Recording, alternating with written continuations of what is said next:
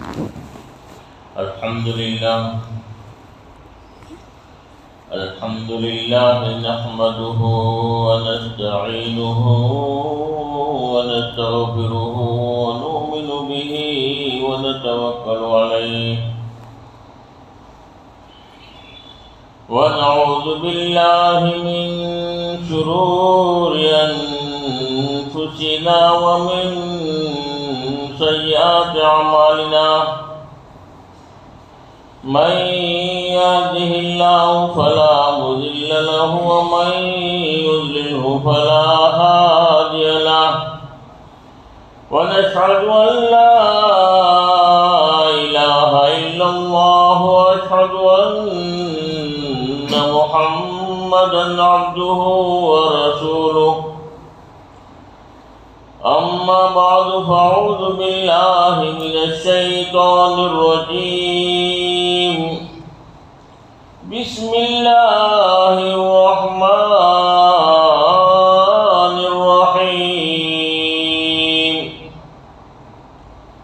كنتم خير أمة أخرجت للناس تأمرون بالمعروف وتنهون عن المنكر وتؤمنون بالله صدق اللہ العظیم۔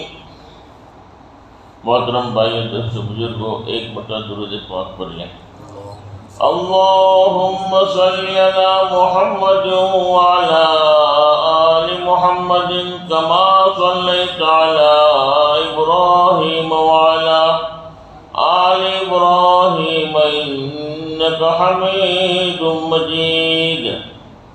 اللہم بارک علی محمد وعلی آل محمد کما بارکت علی ابراہیم وعلی آل ابراہیم انک حمید مجید۔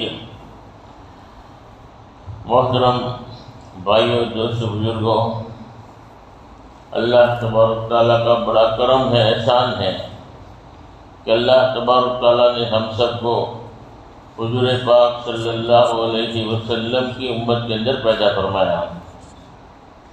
حضور پاک صلی اللہ علیہ وسلم کو پیدا کرنا مقصود نہ ہوتا تو دنیا کی کسی چیز کا وجود ہی نہ ہوتا، نہ زمین ہوتی، نہ آسمان ہوتا، نہ چاند ہوتا، نہ سورج ہوتا۔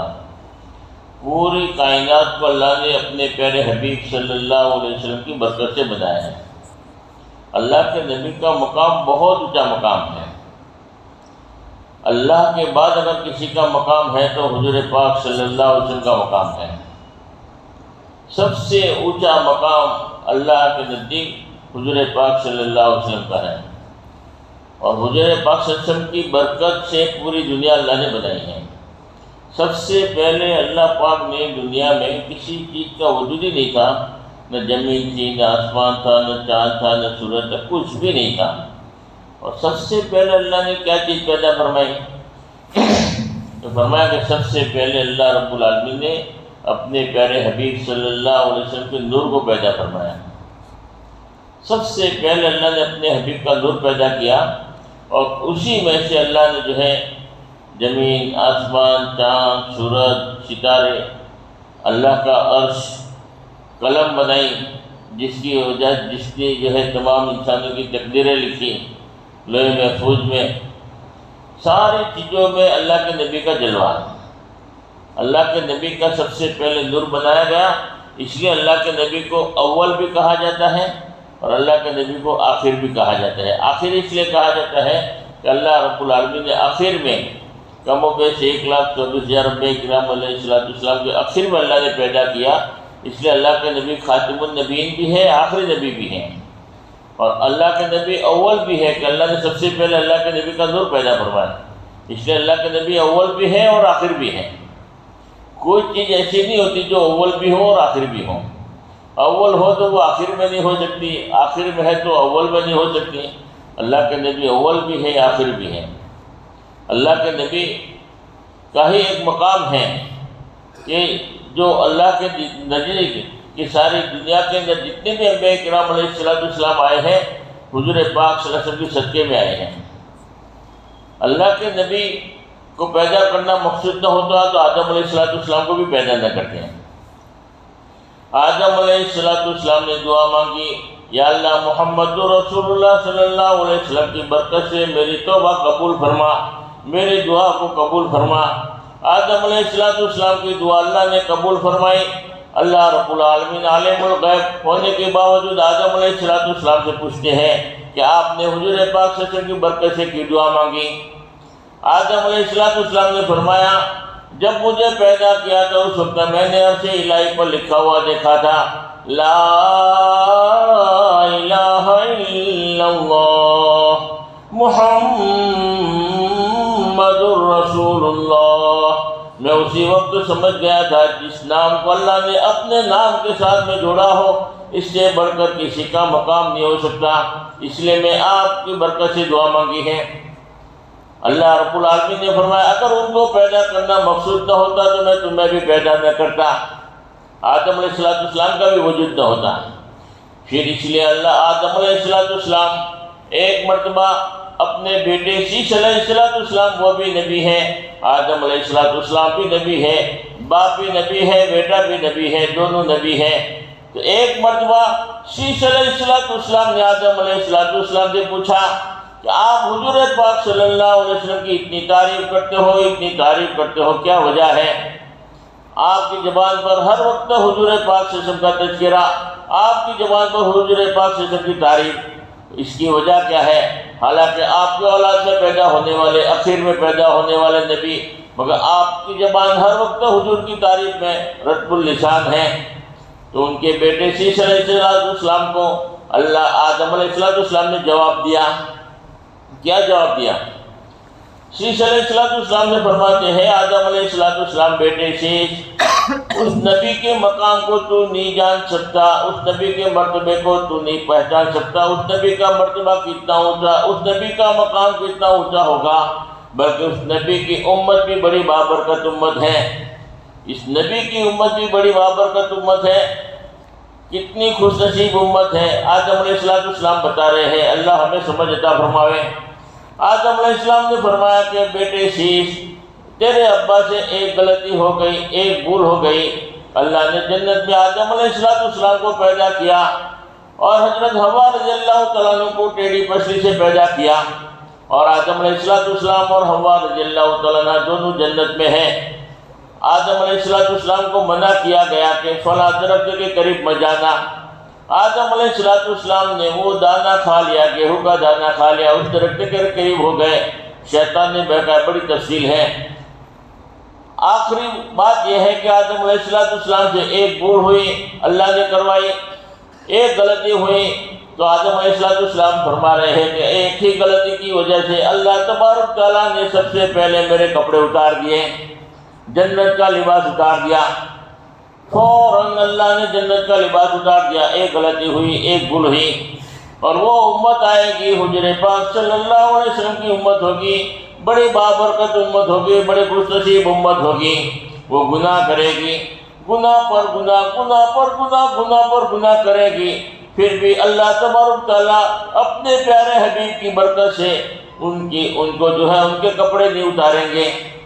آج ہم نے جو کپڑے پہنے ہیں کس کا صدقہ ہے؟ ہمارے نبی کا صدقہ ہے۔ ہم ہمارے نبی کے احسانات کو یاد کریں کہ ہمارے نبی کی سنت تو کتنے احسانات ہیں، ورنہ ہم نے گناہ کرنے میں کوئی کمی نہیں رکھی۔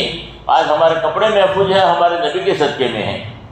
پھر آدم علیہ السلام نے ایک اور بات بتائی، بیٹے شیش، تیرے ابا سے ایک غلطی ہوئی، ایک بھول ہوئی، اللہ تبارک تعالیٰ نے کپڑے اتار دیے۔ دوسری بات یہ بتائی، اللہ نے جنت سے بھی نکال دیا، دنیا میں بھیج دیا، کپڑے بھی اتار دیے، اور فرمایا کہ مکان سے بھی جدا کر دیا۔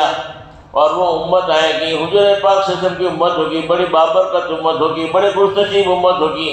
وہ گناہ کرے گی، گناہ پر گناہ، گناہ پر گناہ، گناہ پر گناہ کرے گی، پھر بھی اللہ تبارک تعالیٰ ان کے کپڑے نہیں اتاریں گے اور نہ ان کو مکان سے جدا کریں گے۔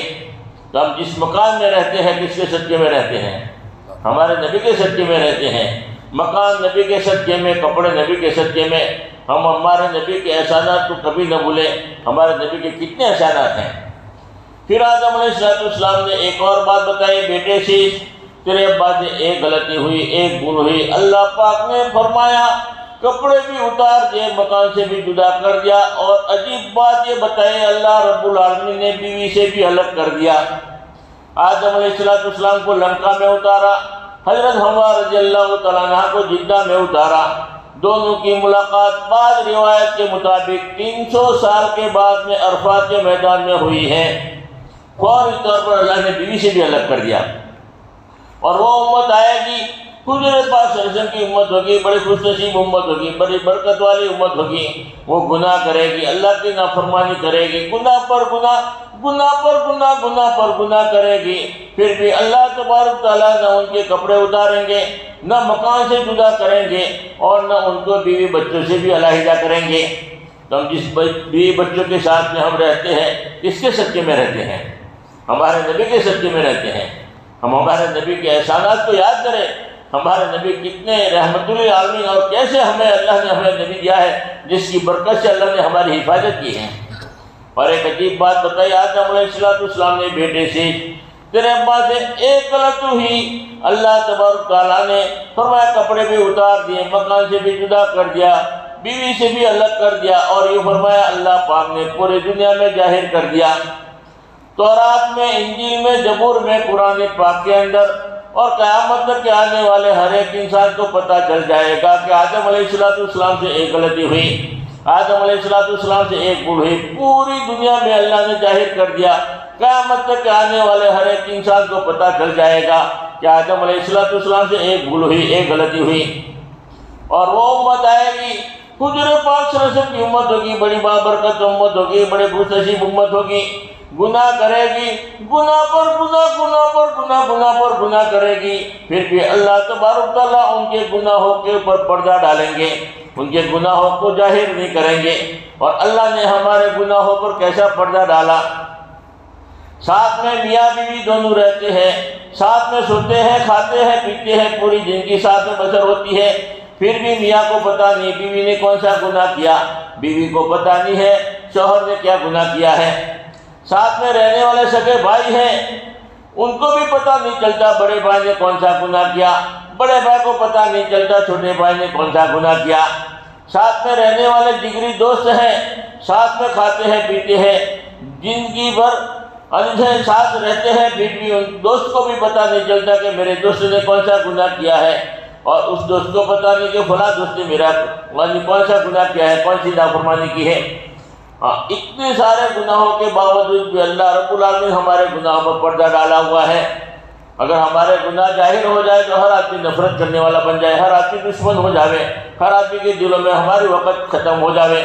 اللہ نے ہمارے گناہوں پر اللہ نے پردہ ڈالا ہے، یہ نبی کا صدقہ ہے، ورنہ جینا مشکل ہو جائے، عزت محفوظ نہ رہے ہماری. اللہ کے نبی کے کتنے احسانات ہیں. اور ایک عجیب بات بتائی، آدم علیہ السلام نے بیٹے شیش تیرے ابا سے ایک غلطی ہوئی. اللہ تبارک تعالیٰ نے کپڑے بھی اتار دیے، مکان سے جدا کیا، بیوی سے الگ کر دیا، پوری دنیا میں ظاہر کر دیا. اور عجیب بات یہ بتائی، اللہ تبارک تعالیٰ نے اتنا رلایا، اتنا رلایا. حدیث پاک میں آتا ہے آدم علیہ السلام کا رونا ایک طرف رکھ دیا جائے اور پوری امت کا رونا ایک طرف رکھ دیا جائے، آدم علیہ السلام کا رونا بڑھ جائے گا. آدم علیہ السلام کی آنکھوں کا آنسوؤں کا وزن کیا جائے اور پورے امت کے آنسوؤں کا وزن کیا جائے تو آدم علیہ السلام کی آنکھوں کا آنسو کا وزن بھی بڑھ جائے گا. اللہ نے اتنا رلایا، اتنا رلایا. اور وہ امت آئے گی، گناہ پر گناہ، گناہ پر گناہ، گناہ پر گناہ کرے گی، پہاڑوں کے برابر گناہ کرے گی. پہاڑ دب جاوے، سمندر کے جاخوں کے برابر گناہ کر لے گی، پھر بھی اللہ تبارک تعالیٰ اتنا نہیں رلائے گا. حدیث پاک میں آتا ہے ایک آنسو کا قطرہ اللہ کے ڈر سے، اللہ کے خوف سے یہ امت گرائے گی. اللہ تبارک تعالیٰ زندگی بھر کے تمام گناہوں کو معاف کر دے گا. جیسے ماں کے پیٹ سے ابھی بچہ پیدا ہوتا ہے، معصوم ہوتا ہے، گناہ اس کے سر پر ایک بھی نہیں ہوتا، اللہ سارے گناہوں کو مٹانے کے لیے تیار ہے. ایک آنسو کا قطرہ اللہ کے ڈر سے، اللہ کے خوف سے اگر یہ امت گرائے گی، زندگی بھر کی تمام خطائیں اللہ معاف کرنے کو تیار. ایک آنسو کا قطرہ اللہ کے ڈر سے، اللہ کے خوف سے اگر نکل گیا، اللہ رب العالمین سمندر یعنی آگ بجھا دیں گے، جہنم کی آگ بجھا دیں گے، سارے گناہوں کو اللہ مٹا دیں گے ہمارے نبی کی برکت سے۔ اللہ نے ہمیں کیسے نبی دیے ہیں، اللہ ہمیں صحیح قدر کرنے کی توفیق عطا فرمائے۔ ایسے نبی کی امت کے اندر ہمیں پیدا ہونے کی وجہ سے ہماری سب کی ذمہ داری ہے کہ ہم اللہ کے نبی کی اتباع کریں، اللہ کے نبی کے راستے پر چلیں، اللہ کے نبی کی محبت ہمارے دل میں ہو۔ ہمارے نبی کا اتنا اونچا مقام کوئی اندازہ نہیں لگ سکتا۔ قرآن پاک کے اندر اللہ پاک نے آیت نازل فرمائی، ان اللہ وملائکتہ یصلون علی النبی، فرمایا کہ اللہ نے قرآن میں آیت نازل فرمایا اپنے نبی کی شان میں۔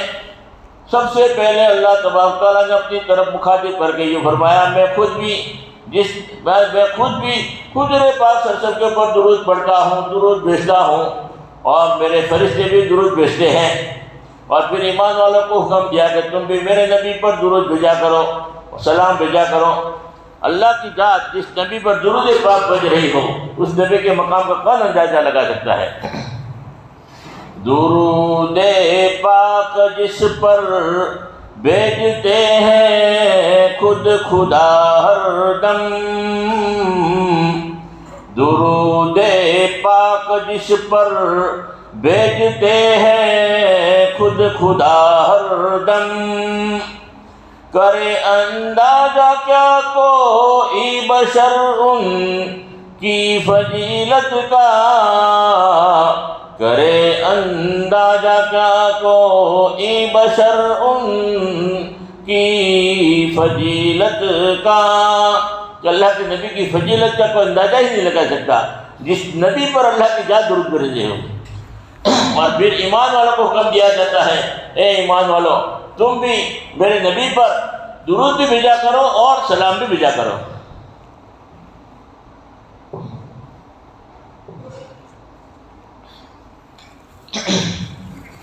اور درود پاک کتنا بڑا عمل ہے، حدیث پاک میں آتا ہے جو آدمی درود پاک کی کثرت کرتا ہے، فضائل اعمال میں لکھا ہے جو درود پاک کی کثرت کرے گا موت سے پہلے پہلے اپنا ٹھکانہ جنت میں دیکھ لے گا۔ جنت اس کو دکھائی جائے گی موت سے پہلے پہلے کہ وہ درود پاک کا اہتمام کرتا ہے۔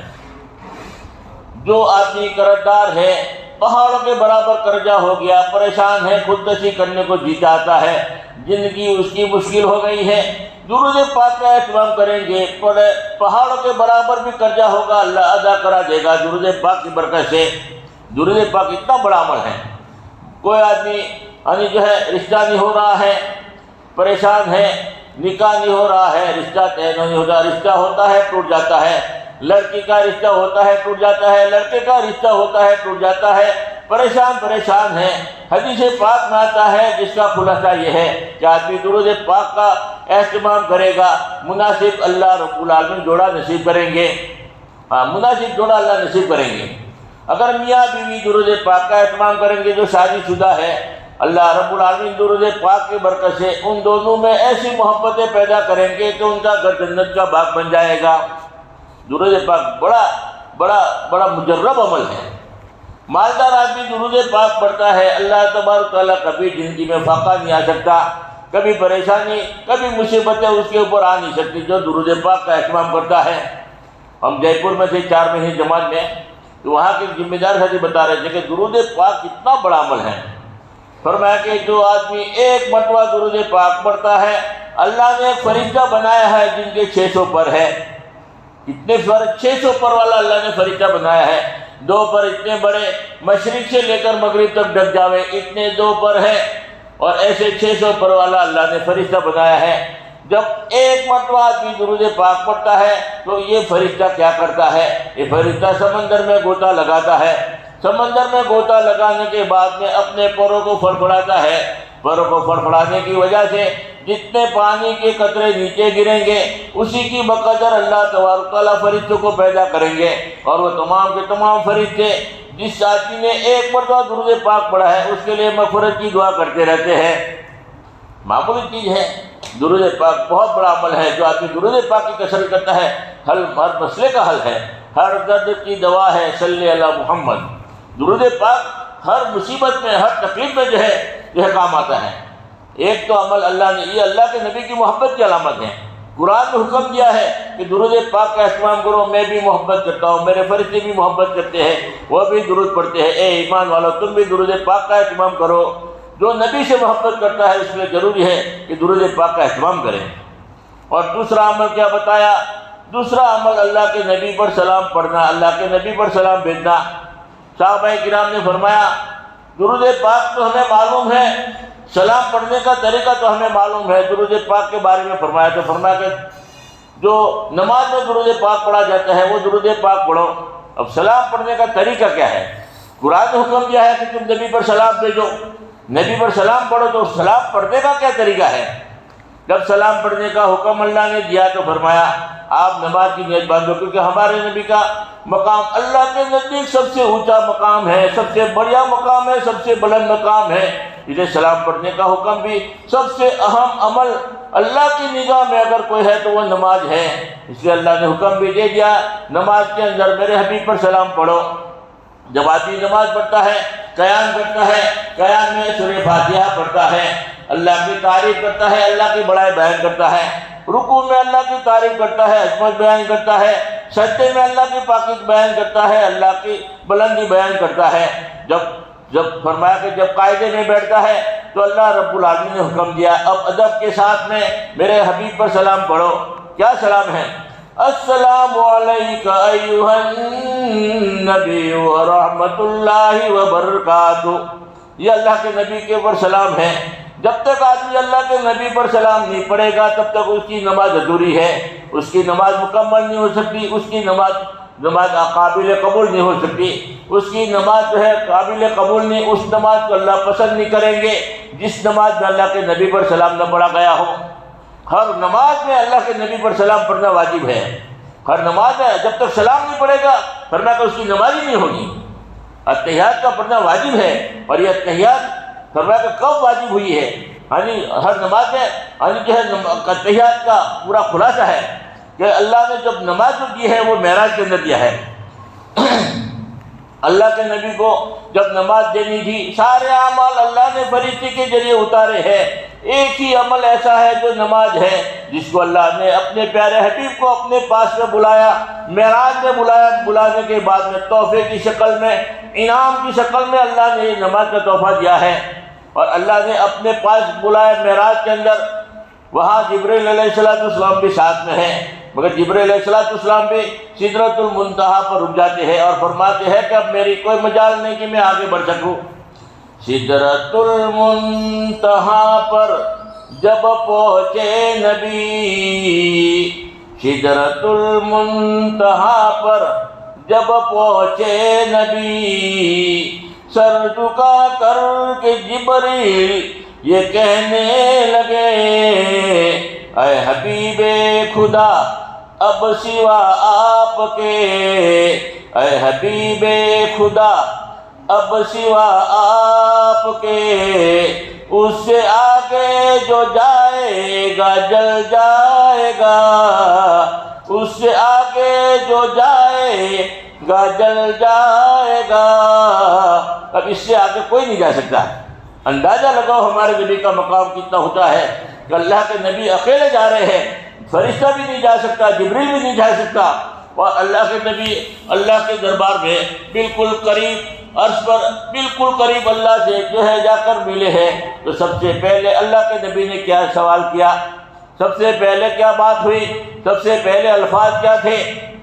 کیونکہ اللہ کے نبی اللہ کو تو سلام نہیں کر سکتے، السلام علیکم ورحمۃ اللہ وبرکاتہ، اللہ کو تو کیسے سلام کر سکتے ہیں کہ اللہ کی طرف سے سلامتی ہوتی ہے، اللہ کی طرف سے رحمت ہوتی ہے، اللہ کی طرف سے برکت ہوتی ہے، اللہ کو سلامتی کی کوئی ضرورت نہیں، اللہ تو رب ہے۔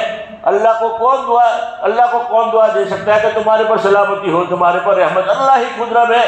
تو اللہ کے نبی نے سب سے پہلے کیا الفاظ استعمال کیے؟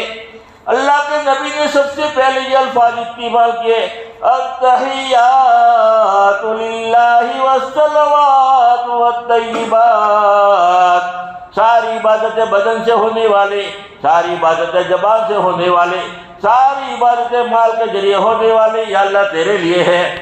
اللہ کے نبی کے سب سے پہلے الفاظ یہ تھے کہ عبادت جو بھی میں نے کیا ہے، چاہے بدن سے کی ہو، چاہے زبان سے کی ہو، چاہے زبان سے کی ہو، بدن سے کی ہو، مال کے ذریعے جو عبادت کی ہو، یہ تینوں قسم کی عبادتیں اللہ کے سامنے پیش کیا۔ اس وقت اللہ رب العالمین نے اپنے پیارے حبیب پر سلام بھیجا تھا، السلام علیکہ ایھا النبی ورحمۃ اللہ وبرکاتہ، آپ پر سلامتی ہو، یعنی 3 دعائیں دیا، سلامتی کی دعا، آپ پر رحمت بھی ہو، برکت بھی ہو، 3 دعائیں دیا، رحمت کی دعا، برکت کی دعا اور سلامتی کی دعا۔ اور یہی سلام اللہ نے قیامت تک آنے والے انسانوں کو کہہ دیا کہ ہر نماز میں اس سلام کو پڑھا جائے۔ یہ نماز میں سلام اللہ نے بھیجا ہوا سلام ہے، وہی سلام کا اللہ نے حکم دیا ہے۔ اور پھر کیا ہوا؟ پھر اللہ کے نبی نے امت کو یاد کیا، یا اللہ میری امت کا کیا ہے؟ اللہ کے نبی تو امت کو معراج میں بھی نہیں بھولے، اور آج ہم نبی کو بھولے ہوئے ہیں، آج ہم نبی کی سنتوں کو چھوڑ رہے ہیں، آج نبی کے کام کو ہم چھوڑ رہے ہیں۔ ہمارے نبی معراج میں بھی امت کو یاد کر رہے ہیں، یا اللہ میری امت کا کیا؟ پھر اللہ کے نبی نے فرمایا السلام علینا وعلی عباد اللہ الصالحین، سلامتی ہو میرے نیک صالحین مخلص بندوں کے اوپر سلامتی ہو۔ اللہ کے نبی نے وہاں پر بھی دعا دی امت کو، یعنی اس وقت اللہ کے نبی نے امت کو یاد کیا ہے۔ اب جبریل علیہ السلام اور فرشتے جو نیچے کھڑے ہیں انہوں نے گواہی دی، اشہد ان لا الہ الا اللہ واشہد ان محمدا عبدہ ورسولہ، یعنی التحیات جو ہے ہر نماز میں پڑھنا واجب کر دیا ہے۔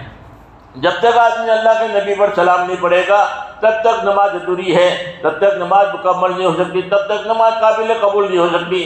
ہر نماز میں اللہ کے نبی پر سلام پڑھنا ضروری ہے۔ جو سلام پڑھتا ہے وہ سلامتی میں رہتا ہے، مگر سلام پڑھنے کا طریقہ نماز میں ہے۔ ہم نماز کے اندر اللہ کے نبی کو سلام پڑھے، زیادہ سے زیادہ جو نماز کا اہتمام کرے گا وہی اللہ کے نبی کو زیادہ سلام پڑھنے والا بھی ہوگا۔ اللہ ہمیں سمجھ عطا فرماوے، اور اللہ کے نبی کی شان نشان ہمیں اللہ کے نبی پر سلام پڑھنے کے اللہ توفیق عطا فرماوے۔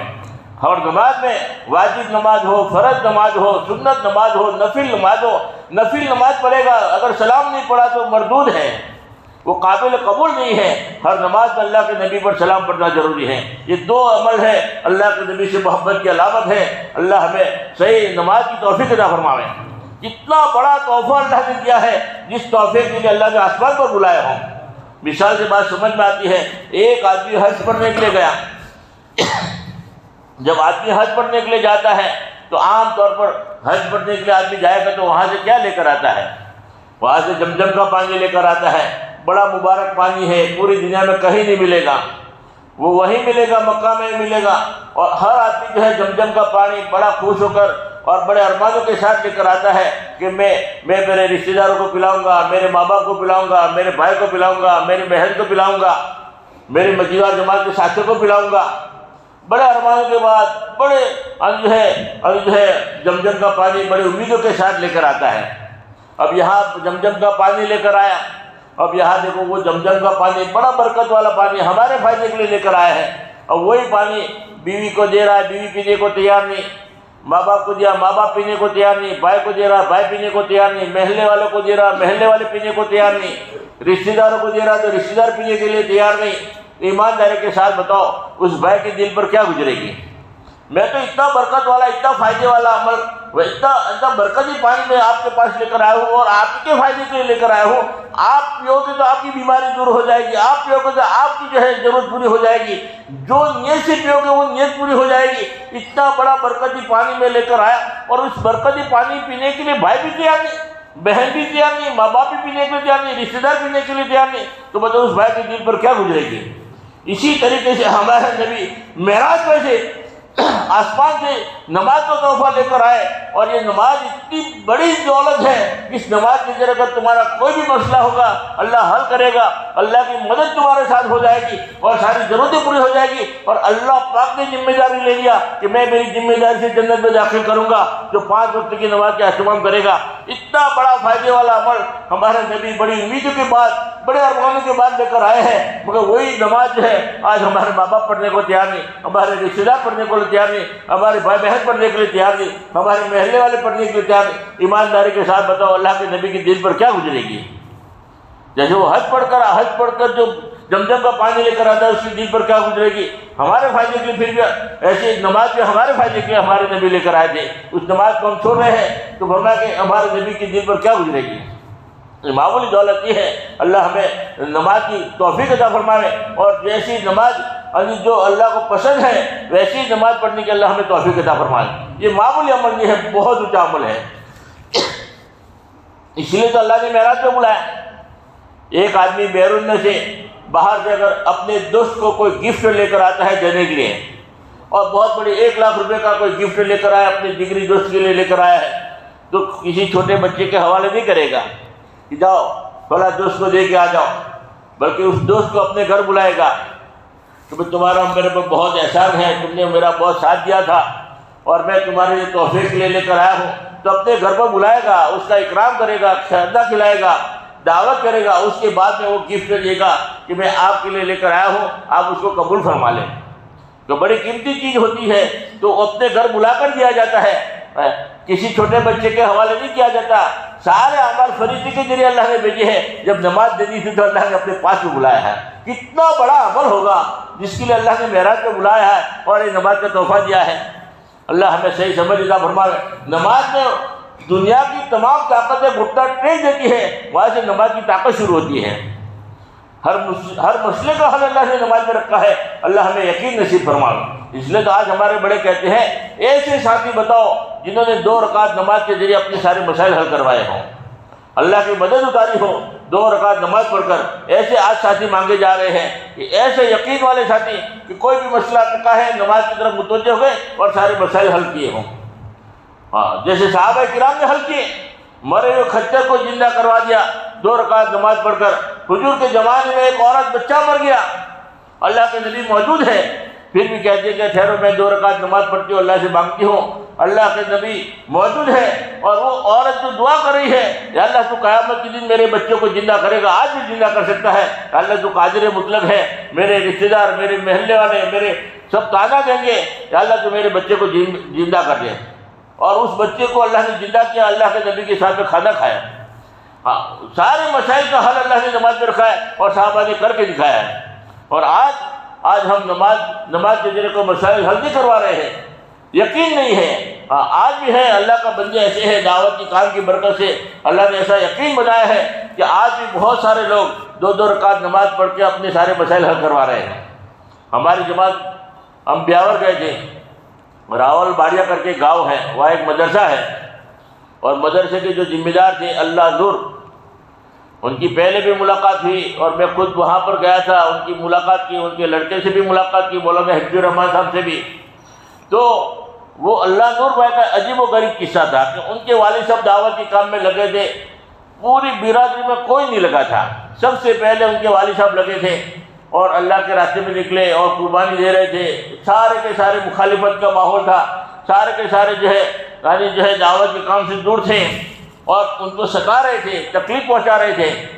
تم نے جو ہے دین چھوڑ دیا، آج جو ہے بے دین ہو گئے. لوگ تانا بھی دے رہے تھے. اور اسی دوران میں فرمایا کہ بیٹے کا انتقال ہو گیا. اللہ نور بھائی جو تھے وہ کہنے لگے کہ میرا جب انتقال ہو گیا تو ان کے جو ہے والد صاحب نے جو ہے سارے کے سارے رشتے دار تانا دینے لگے.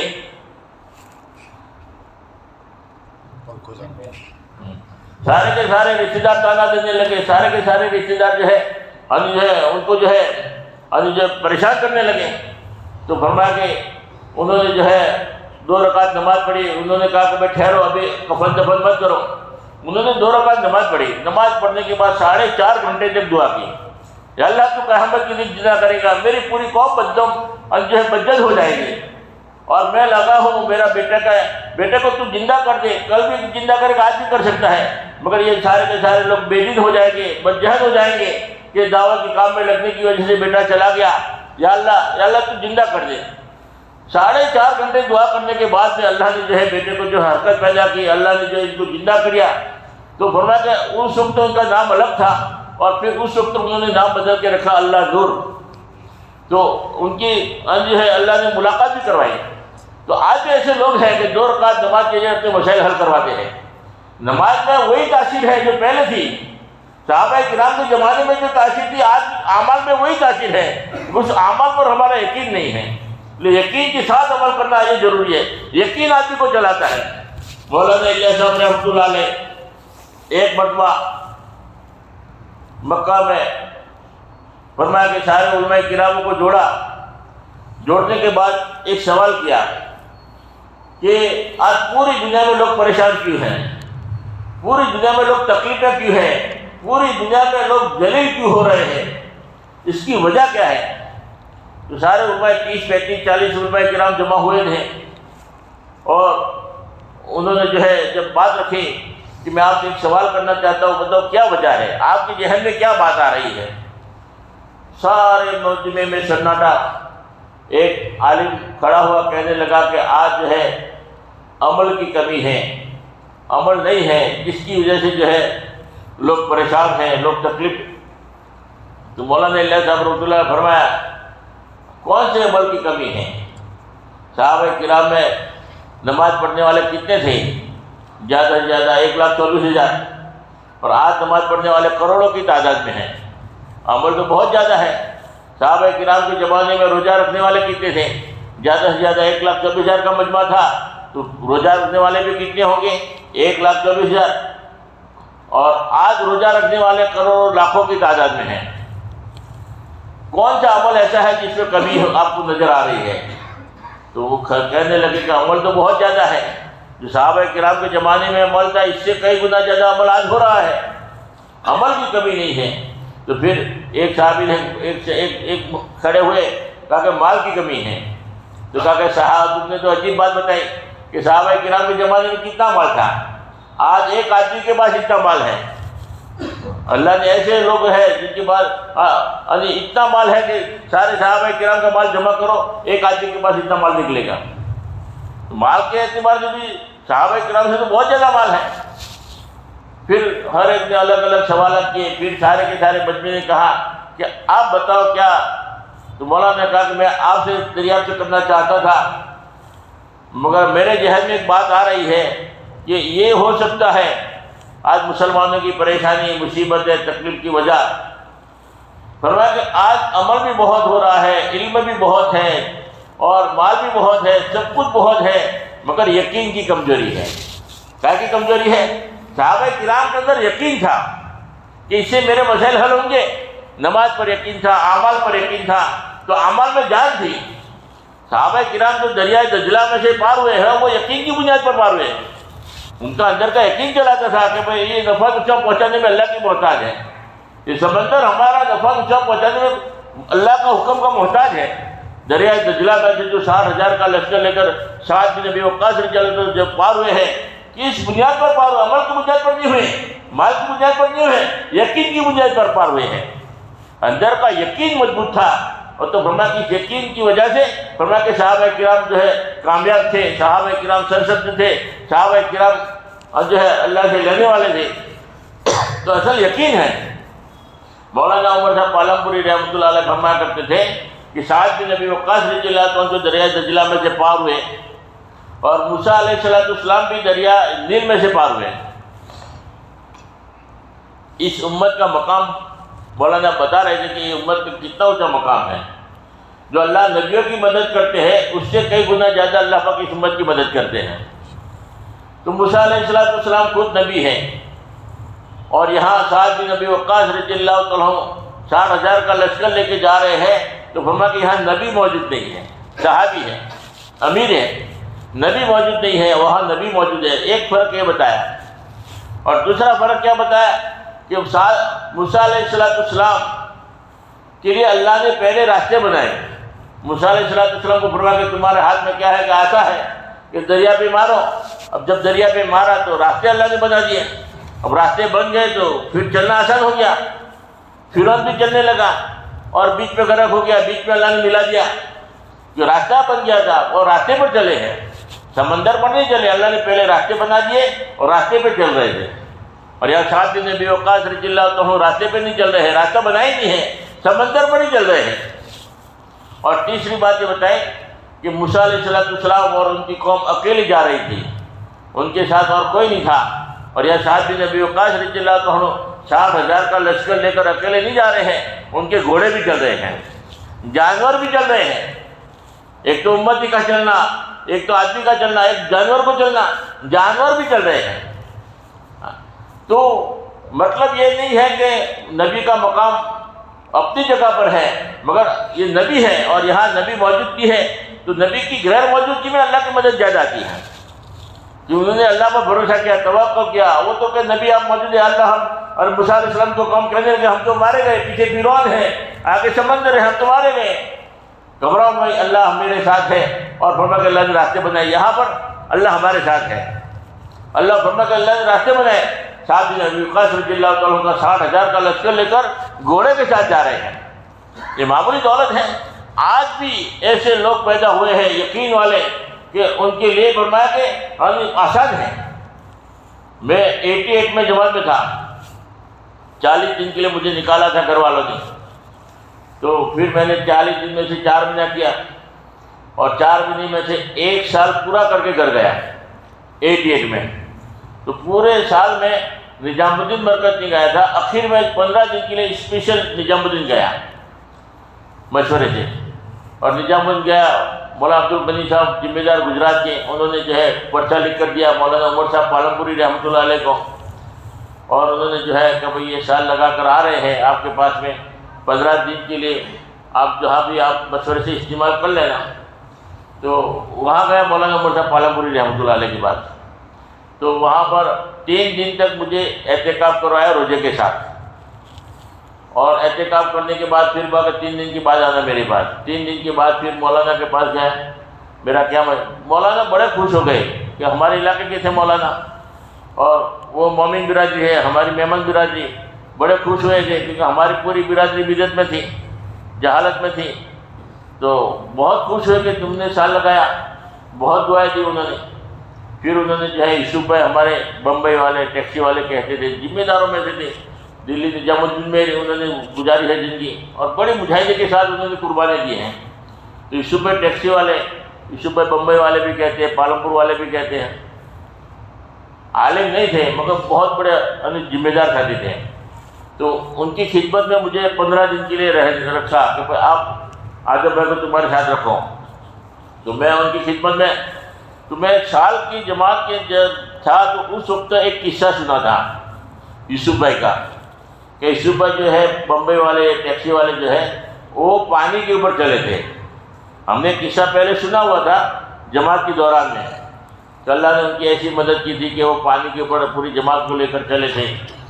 تو دل میں یہ بات تھی، اور میری خدمت بھی یوسف بھائی کے پاس ہی، انہیں کی خدمت میں دل میں یہ بات تھی کہ میں ان کو پوچھ لوں، تحقیق کر لوں، ایسی کوئی بات نہ ہو کہ جو سنی سنائی ہو۔ اور اب تو موقع بھی ہے، اچھا ہے کہ میرے ہی سامنے ہیں، اور انہیں کی خدمت میں ہم ہوں، اب موقع ملے گا تو میں پوچھ لوں گا، مگر ہمت نہیں ہو رہی تھی کہ اس وقت میری عمر 20 سال کی، اور اب اتنے بڑے ذمہ دار سے بات کرنا ہمت نہیں ہو رہی تھی، مگر پھر بھی دل میں جو ہے ہمت جمع کیا کہ پوچھ لینا چاہیے، کل ہو نہ ہو، کل دوبارہ ایسا موقع ملے نہ ملے، چہرہ دیکھنا مشکل ہو جاتا ہے، زیارت کرنا مشکل ہو جاتا ہے، اور ان سے بات کرنے کا تو موقع کہاں ملے گا۔ ابھی جو بھی ہے موقع ہے، ہمت جمع کر کے پوچھنا ہی چاہیے، کیا کہیں گے، جو بھی دے بتائیں گے تو ٹھیک ہے، نہیں بتائیں گے تو کوئی بات نہیں، اور پوچھنا تو چاہیے۔ دل میں ہمت کر کے جمع کر کے، بہت جو ہے ہمت نہیں ہو رہی تھی مگر جمع کر دی ہمت، اور رات کو جب تیل لگا رہا تھا سر میں، اس وقت میں نے جو ہے اللہ سے دعا مانگ کر میں نے کہ پوچھ لوں جو بھی ہو، اور پھر میں نے یوسف بھائی کو اشارہ کر دیا کہ میں نے آپ کے بارے میں سنا ہے کہ آپ پوری جماعت کو آج جو ہے آپ پانی کے اوپر چلے تھے، بات صحیح ہے غلط ہے، میں نے آپ جماعت میں سنا تھا، تو میں نے کہ آپ ہے تو میں ذرا پوچھ لوں، میرے دل میں تھوڑا جذبہ پیدا ہوا، آپ کی جماعت سے سن لوں تو اچھا رہے۔ تو پھر یوسف بھائی نے جو ہے مجھے سامنے بلایا اپنے چہرے کے سامنے، اور کہا کہ میں اکیلا چلا تھا یا پوری جماعت چلی تھی؟ میں نے سنا کہ آپ تو پوری جماعت کو لے کر چلے تھے، میں نے تو ایسا سنا ہے۔ تو پھر انہوں نے پوری کارگزاری سنائی کہ ہماری جماعت بھوپال سے بمبئی پیدل جا رہی تھی، اور بیچ میں نرمدا ندی آئی، بہت بڑی ندی ہے آج کی گجرات میں، اور اس میں سیلاب آیا تھا، پانی بہت تھا، 2-2 3-3 4-4 منزلہ پانی تھا، کوئی سواری نہیں تھی، اور ہمیں جو ہے کنارے پہ جانا تھا، اور راستے سے جائیں گے تو بہت لمبا دور پڑتا تھا، لیکن مشورہ کیا کرنا چاہیے، چلنا چاہیے یا پیچھے جانا چاہیے۔ پیدل جماعت تھی اور سارے ساتھی ماشاءاللہ مضبوط تھے، تو انہوں نے مشورے میں جو ہے بات کیا ہوئی تو سارے کے سارے ساتھیوں نے ہمت بتائی کہ ہم تو چلیں گے، پیچھے نہیں ہٹیں گے، اللہ کے لیے نکلے ہیں، اللہ کے کام کے لیے نکلے ہیں، اللہ پاک ہماری مدد کرے گا۔ یہ نفع نقصان پہنچانے میں اللہ کے حکم کی محتاج ہے۔ موسیٰ علیہ السلام کی ساتھ نبی وقاص رضی اللہ تعالیٰ عنہ کے لیے بھی یہ رکاوٹ نہیں بنی، ہم اللہ کے کام کے لیے جا رہے ہیں، اللہ مدد کرے گا، چلنا چاہیے، سب کی یہی رائے۔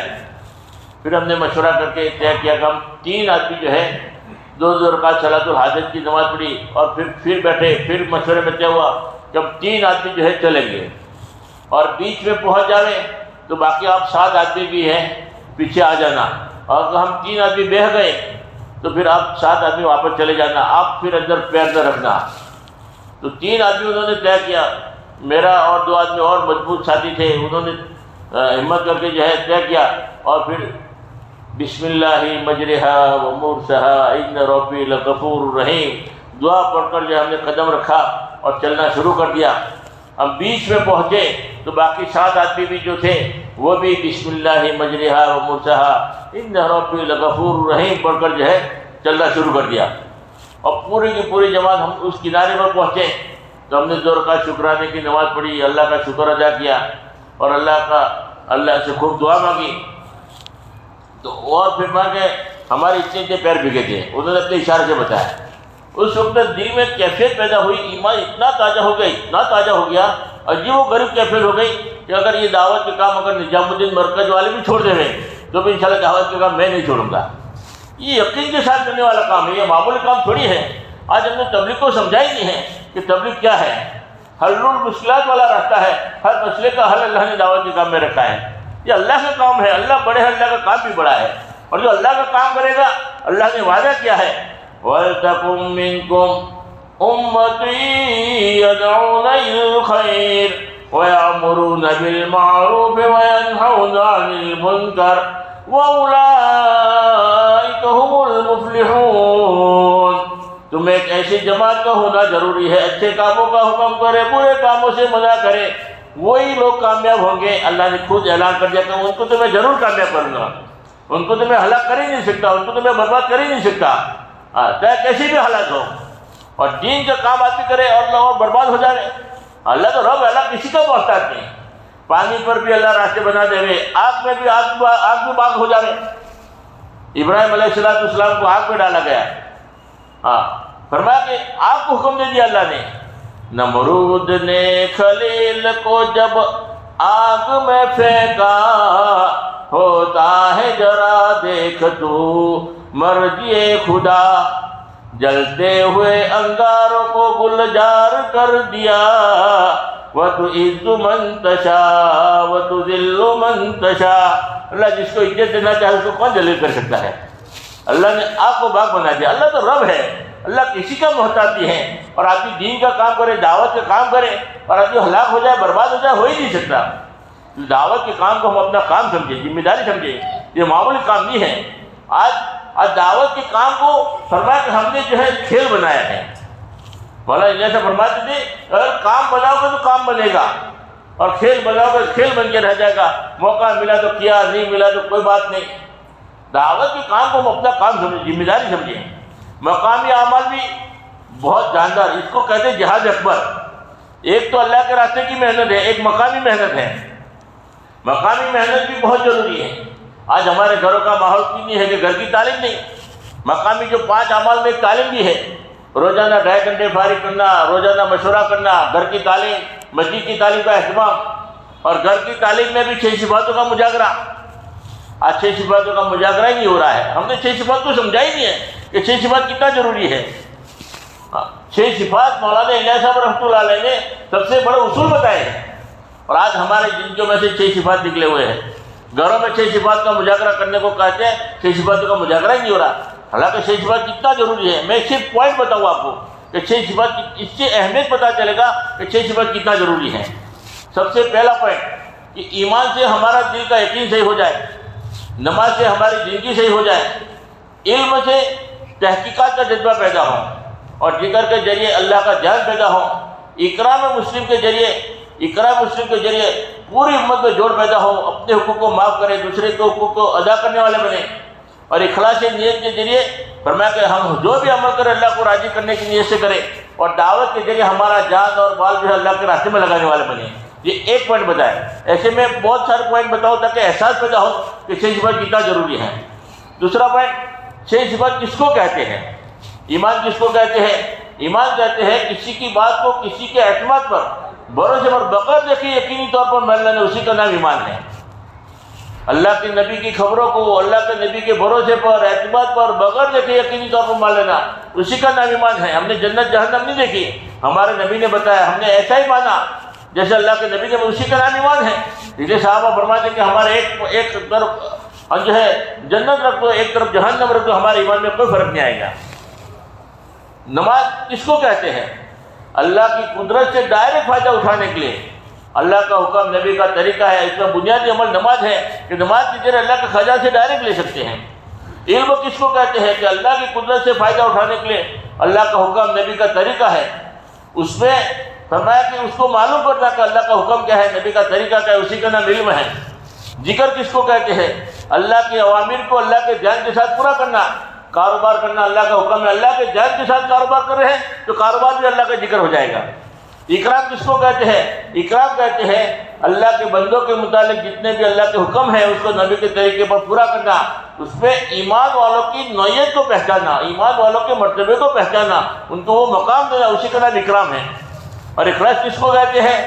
اللہ کے اوامر کو اللہ ہی کے لیے پورا کرنا۔ جیسے نماز اللہ کا حکم ہے، اللہ ہی کے لیے نماز پڑھنا، ویسے کھانا بھی اللہ کا حکم ہے، پینا بھی اللہ کا حکم ہے، اللہ کے حکم کو اللہ ہی کے لیے پورا کرنا، اسی کا نام اخلاص۔ ایک بزرگ تھے، بہت بڑے اللہ والے تھے، ایک آدمی جا رہا تھا تو بیچ میں ندی آئی اور ندی میں پور تھا، پانی راستہ ہی نہیں تھا، تو پریشان تھا، اس کو اس کنارے پہ جانا تھا۔ کسی نے پوچھا بھائی اب کیا کروں، کیسے جاؤ؟ تو کہا کہ راستہ تو ہے ہی نہیں، مگر یہاں ایک جھوپڑی ہے، اس میں ایک اللہ والے رہتے ہیں، بہت بڑے اللہ والے رہتے ہیں، ان کو جا کے پوچھو، اگر وہ انشاءاللہ راستہ نکال دے گا، مگر پہلے شرط کیا ہے کہ وہ پہلے منع کریں گے۔ وہ کیا کریں گے؟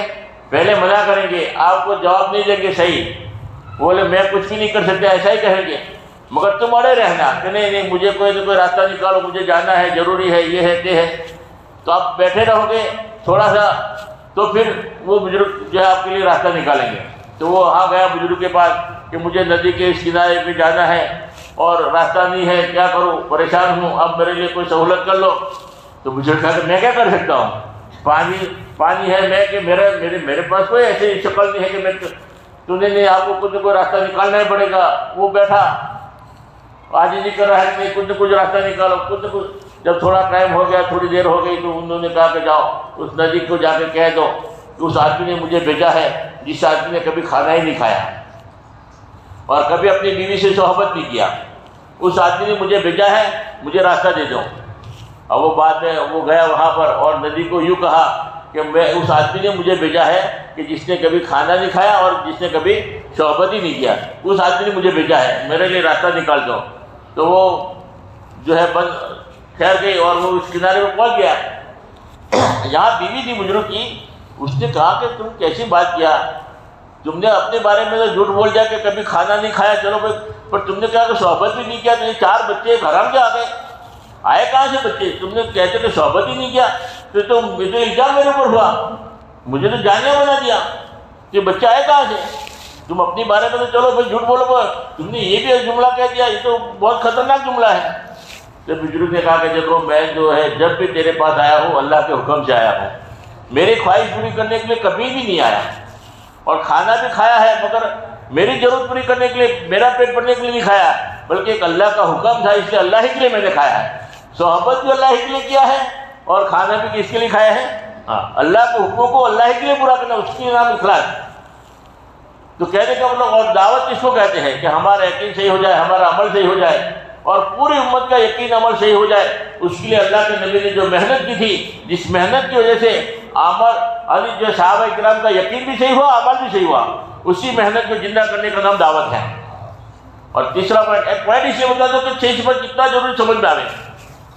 ایمان ایمان کے بغیر کوئی عمل قابل قبول نہیں ہوگا، اور نماز کے بغیر زندگی کا رخ صحیح نہیں ہوگا، علم کے بغیر کوئی عمل صحیح نہیں ہوگا، اور ذکر کے بغیر معرفت الہی نصیب نہیں ہوگی، اکرام مسلم کے بغیر کوئی عمل محفوظ نہیں رہے گا، اس لیے اخلاص ضروری ہے، اور اخلاص کی نیت، اکرام کے بغیر کوئی عمل محفوظ نہیں رہے گا، اور اخلاص کی نیت کے بغیر ہر عمل مردود ہے، ہر عمل میں اخلاص ضروری ہے، اور دعوت کے بغیر عمل زندگی میں نہیں آئیں گے، جتنی آدمی دعوت دیتا ہے اسی اعتبار سے عمل زندگی میں آتا ہے۔ اور آگے کا پوائنٹ، ایمان سے عمل زندہ ہوگا، اس لیے ایمان ضروری، نماز سے عمل ظاہر ہوگا، علم سے عمل مکمل بنے گا، ذکر سے عمل میں جان آئے گی، اکرام مسلم سے عمل محفوظ رہے گا، اخلاص نیت سے عمل قیمتی بنے گا، اور دعوت ہی کے ذریعے عمل دوسروں تک پہنچے گا۔ اور آگے کا پوائنٹ، ایمان کے بغیر اللہ کو پہچان ہی نہیں سکتا، اور نماز کے بغیر اللہ کا حق ادا ہو ہی نہیں سکتا، اس لیے نماز ضروری، علم کے بغیر اللہ کی منشا کو نہیں پہچان سکتے، اور ذکر کے بغیر اللہ کا حکم پورا نہیں ہوگا، اکرام مسلم کے بغیر کچھ بچا کر لے جا نہیں سکتے، اور اخلاص نیت کے بغیر اللہ سے کچھ لے ہی نہیں سکتے، اللہ سے لینا ہے تو اخلاص ضروری، اور دعوت کے بغیر انسان کو کچھ دے نہیں سکتے۔ آگے کا پوائنٹ، ایمان کو دل میں اتارنا ہے، نماز کو زندگی میں اتارنا ہے، علم کے مطابق عمل کرنا ہے، ذکر کے ہر وقت کثرت کرنا ہے، اکرام مسلم کی فکر کرنا ہے، اخلاص نیت کے لیے کوشش کرنا، اخلاص اخیر میں آتا ہے، اور دعوت کے لیے جان مال کی قربانی دینا ہے۔ آگے کا پوائنٹ، ایمان سے ہمارا دل بنے گا، نماز سے ہماری زندگی بنے گی، علم سے اعمال بنیں گے، ذکر سے نور بنے گا، اکرام مسلم سے عادت اور اخلاق بنیں گے، اور اخلاص نیت سے ہماری نیت بنے گی، اور دعوت کے ذریعے جب ماحول بنے گا تو دین پر چلنا آسان ہو جائے گا۔ صحیح صفت بہت ضروری ہے۔ ایمان اقرار غلامی ہے، نماز اظہار غلامی ہے، علم قانون غلامی، ذکر استحجار غلامی، اکرام مسلم اخلاق غلامی، اخلاص نیت بنیادی غلامی، اور دعوت کے کام دعوت غلامی ہے۔ ایمان یقین کو کہتے ہیں، اصل یقین ہے، اور نماز عبادت ہے، علم ایک راستہ ہے، ذکر ایک رشتی ہے، اکرام مسلم امتحان، اور اخلاص نیت بنیاد ہے، اور دعوت کے کام اس امت کا مقصد ہے۔ آگے کا پوائنٹ، ایمان میں کسی کو شریک نہیں کرنا، نماز کی نافرمانی نہیں کرنا، علم سے جہالت دور کرنا، ذکر سے غفلت دور کرنا، اکرام مسلم سے لڑائی جھگڑے دور کرنا، اخلاص نیت سے دکھاوا ریاکاری دور کرنا، اور دعوت کے ذریعے دنیا کی لالچ دور کرنا ہے۔ آگے کا پوائنٹ، ایمان آئے گا تو شرک بدعت نکل جائے گی، نماز آئے گی تو بغاوت نکلے گی، علم آئے گا تو جہالت نکلے گی، ذکر آئے گا تو غفلت نکلے گی، اکرام آئے گا تو مطلب پرستی نکلے گی، ذکر آئے گا، اخلاص آئے گا تو شہرت پرستی نکلے گی، اور دعوت آئے گی تو نفس پرستی نکل جائے گی۔ اب مثال سے بات سمجھ میں آتی ہے، اس لیے 6 نمبر کی مثال دے دو، لیکن اچھی طریقے سے 6 نمبر سمجھ میں آ جائے۔ ایمان کی مثال کیسی ہے؟ جیسے بدن میں روح ہے، روح کا جو مقام ہے وہ ایمان کا مقام ہے۔ نماز کی مثال کیسی ہے؟ نماز کی مثال جیسے سر ہے، بدن میں جو سر کا مقام ہے ویسے نماز کا مقام ہے۔ علم ذکر کی مثال کیسی ہے؟ علم ذکر کی مثال ہاتھ پیر کی طرح ہے۔ ہاتھ پیر کتنا ضروری ہے، ہاتھ پیر نہ ہو تو آدمی چل نہیں سکتا، کچھ کر ہی نہیں سکتا، لیکن دین پر چلنا ہے تو علم ذکر ضروری ہے۔ علم ذکر کے بغیر کچھ بھی نہیں کرے، نماز بھی صحیح نہیں پڑھ سکتا۔ اور اکرام مسلم کی مثال لباس کی طرح ہے، لباس اچھا ہوتا ہے تو لوگ محبت کرتے ہیں، اور گندا لباس ہوتا ہے تو لوگ نفرت کریں گے۔ اسلام میں اخلاق ضروری ہے، ہمدردی محبت ضروری ہے۔ اور اخلاص یعنی اکرام اور اخلاص نیت کی مثال قوت طاقت کی طرح ہے، اصل طاقت ہے، اصل قوت ہے۔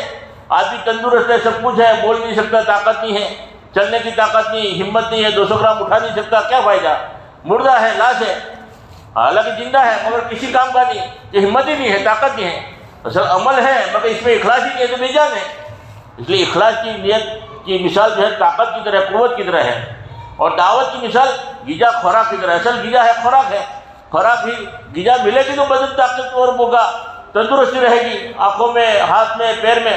کھانا بند ہو گیا تو کمزوری آ جائے گی۔ دعوت کی مثال غذا کی خوراک کی طرح ہے۔ ایک دوسری مثال دے دو کہ ایمان کی مثال درخت کے جڑ کی طرح ہے، اور نماز کی مثال تنے کی طرح ہے، علم کی مثال ڈالی کی طرح ہے، ذکر کی مثال پتے کی طرح ہے، اکرام مسلم کی مثال پھل کی طرح ہے، اور اخلاص نیت کی مثال لذت، مٹھاس۔ پھل ہے، کڑوا ہے، کیا فائدہ؟ اصل لذیذ ہونا، اچھا ہونا، اخلاص ہونا۔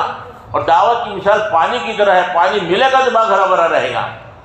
اور آگے فرمایا ایمان کی اگر محنت کی ہوگی تو پوری دنیا میں کفر شرک عام ہو جائے گا۔ نماز کی محنت کی ہوگی تو فرمایا کہ امت کا یقین عمل سے ہٹے گا، اسباب پر آئے گا۔ علم کی محنت کی ہوگی تو فرمایا کہ پوری دنیا میں جہالت عام ہو جائے گی۔ ذکر کی محنت کی ہوگی تو پوری دنیا میں غفلت عام ہو جائے گی۔ اکرام مسلم کی محنت کی ہوگی تو فرمایا کہ پوری دنیا میں بد اخلاقی عام ہو جائے گی، اور اخلاص نیت کی محنت یہ ہوگی تو کیا ہوگا، امت کا ہر عمل شرک بن جائے گا، اور دعوت کی محنت یہ ہوگی تو پوری دنیا میں باطل عام ہو جائے گا۔ اس لیے ضروری ہے یقین کی درستی کے ساتھ، نماز والے استجار کے ساتھ، علم الہ کے جذبے کے ساتھ، اللہ کے دھیان کے ساتھ، اپنے حقوق کو معاف کرتے ہوئے دوسرے کے حقوق کی ادائیگی کے ساتھ، رجا الہ کے جذبے کے ساتھ اپنا جان مال لے کر اللہ کے راستے میں نکلنا، پوری دنیا میں ایک ایک گھر ایک ایک فرد کو دعوت دیتے ہوئے لائنی باتوں سے پرہیز کرنا۔ اور حضرت جی فرما کرتے تھے بہت چھوٹے سے صفات، کلمہ نماز کو لے کر علم الہ کے ساتھ اللہ کا ذکر کرتے ہوئے، دوسرے کے حقوق کو معاف کرتے ہوئے، اب اللہ کو راضی کرنے کی نیت سے اپنا جان اپنا مال لے کر گلی در گلی، محلہ در محلہ، گاؤں در گاؤں، شہر در شہر، ملک در ملک، اللہ توفیق دے تو انشاءاللہ پورے عالم میں پھریں گے۔ یعنی 6 صفات بہت ضروری ہے، ہر گھر میں فضائل اعمال کی تعلیم کے ساتھ 6 صفاتوں کا مجاگرہ ہو کہ کتنا ضروری ہے 6 صفات۔ مولانا الیاس صاحب رحمۃ اللہ علیہ فرمایا کرتے تھے کہ میرا یہ جی چاہتا ہے کہ ہر کام کرنے والے ساتھی کا یقین بھی صحیح ہو، نماز بھی جاندار ہو، اور ہر کام کرنے والا عمل صحیح کرتا ہو علم کے ساتھ، ہر کام کرنے والا ساتھی اللہ کے جان کے ساتھ کام کرتا ہو، اور ہر کام کرنے والے کے اخلاق صحیح ہو، دین اخلاق سے بڑا ہے، اور ہر کام کرنے والا اللہ ہی کے لیے کام کرتا ہو، اور اپنا کام سمجھ کر دعوت کے کام کرتا ہو۔ آج ہم نے دعوت کے کام کو اپنا کام نہیں سمجھا، اسی لیے دعوت کے کام میں سے جان نکلی ہوئی ہے۔ دعوت کے کام کو آج ہم نے کیا سمجھا کہ ہمارا کام ہے، ہمارا نہیں ہے بلکہ میرا کام ہے، مجھے کرنا ہے۔ جب آدمی میرا سمجھے گا تو آسان ہو جائے گا۔ ایک باپ کے 10 لڑکے ہیں، 10 لڑکوں کو باپ کیا سمجھتا ہے، یہ بھی میرا لڑکا ہے، یہ بھی میرا لڑکا ہے، یہ بھی میرا لڑکا ہے، یہ بھی میرا لڑکا ہے۔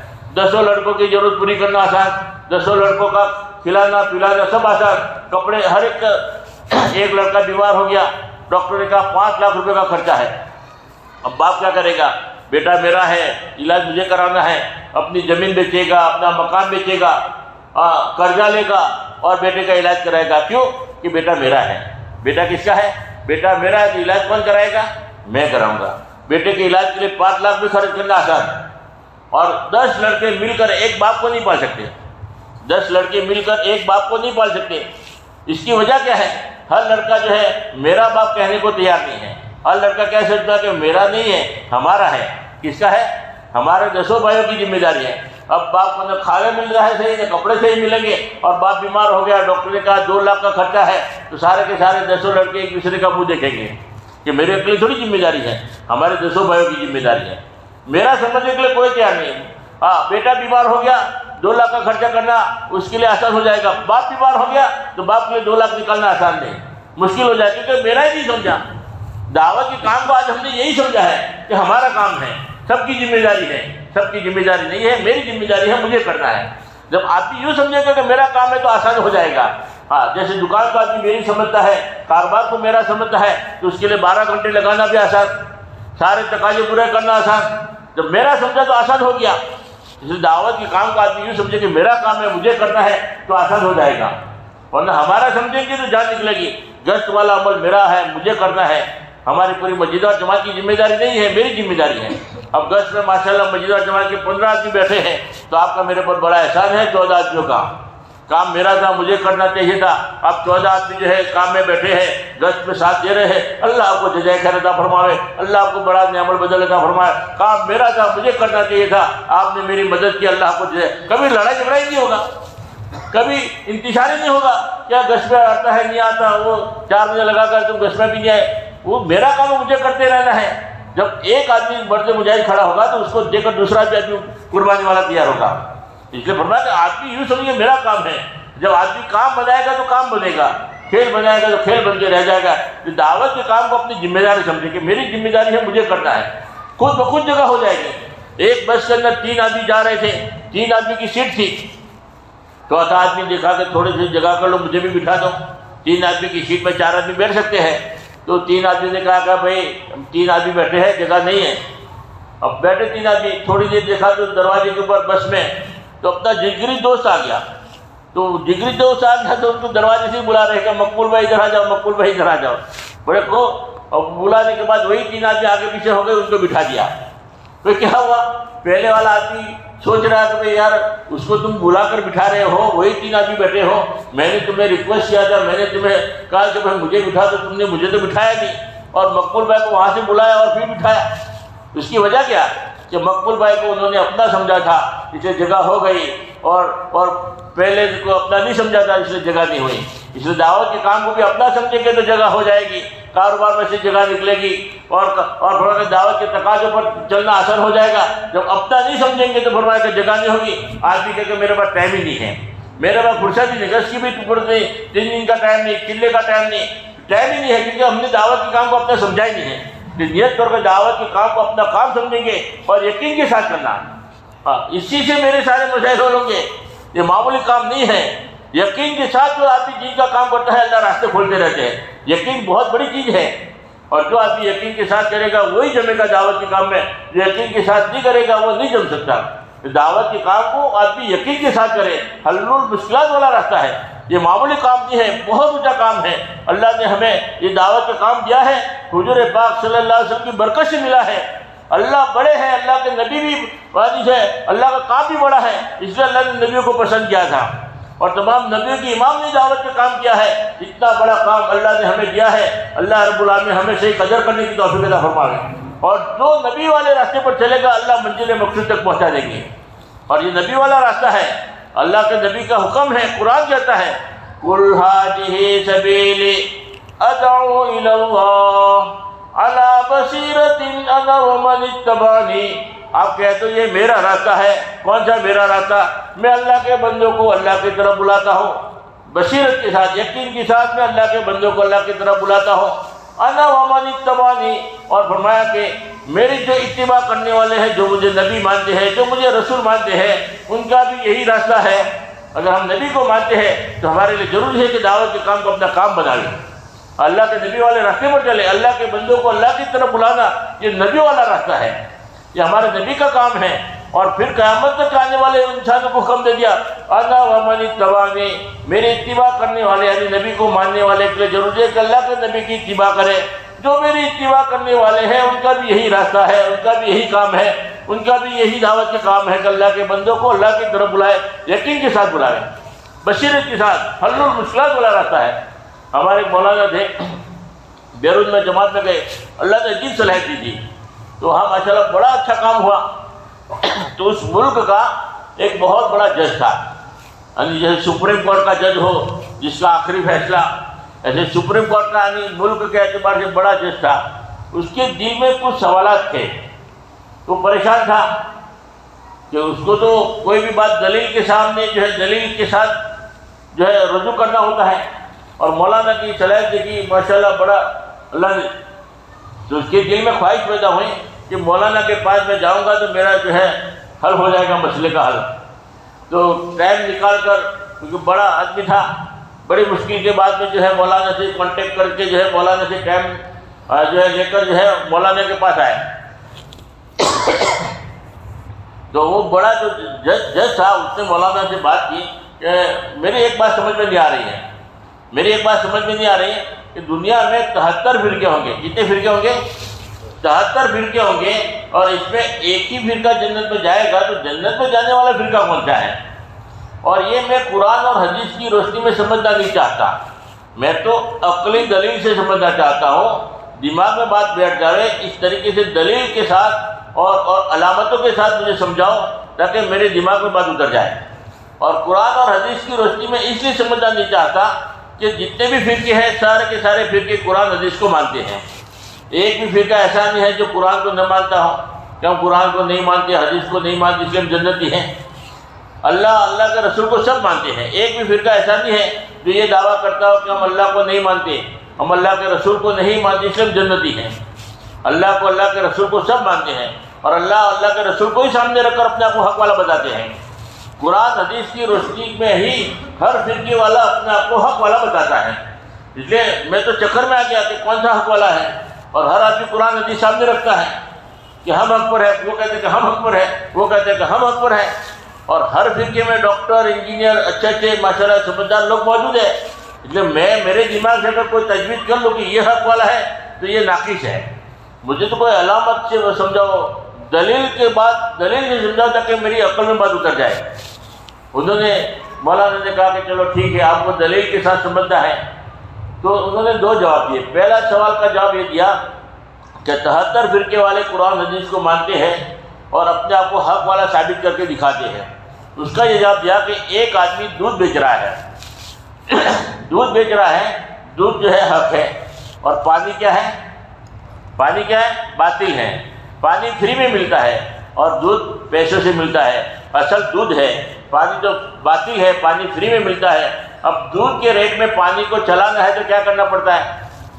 آدمی شرط لگاتا ہے کہ 1 لیٹر دودھ کے ساتھ 200 گرام پانی بھی لینا پڑے گا. اب پورا دن بیٹھا رہے گا، اس کا دودھ بھی نہیں بکے گا کہ پانی باطل ہے، چلے گا ہی نہیں. پانی کی وجہ سے دودھ بھی نہیں بکے گا کہ کوئی پانی جو فری میں ملتا ہے، پانی بھی دودھ کے ریٹ میں 200 گرام کیوں لے رہے؟ آپ کو دودھ کا ریٹ دیتے تھے، دودھ دینا تو دے دو، پانی تو فری میں ملتا ہے، پانی ہم نہیں لیں گے دودھ کے ریٹ میں. اب وہ پانی کو لینا ہی پڑے گا تو چلو بھائی تمہارا دودھ بھی نہیں لیں گے، ہم دوسری جگہ سے لے لیں گے. تو پانی باطل ہے، کبھی نہیں چلتا. اب باطل چیز کو چلانا ہے تو کیا کرنا پڑتا ہے؟ 1 لیٹر دودھ کے اندر 200 گرام پانی ملا دو. 1 لیٹر دودھ میں کیا کرو؟ وہی 200 گرام پانی تم کو چلانا ہے تو 200 گرام پانی دودھ میں ملا دو. اب پانی مل گیا دودھ میں، اب سامنے کیا نظر آ رہا ہے؟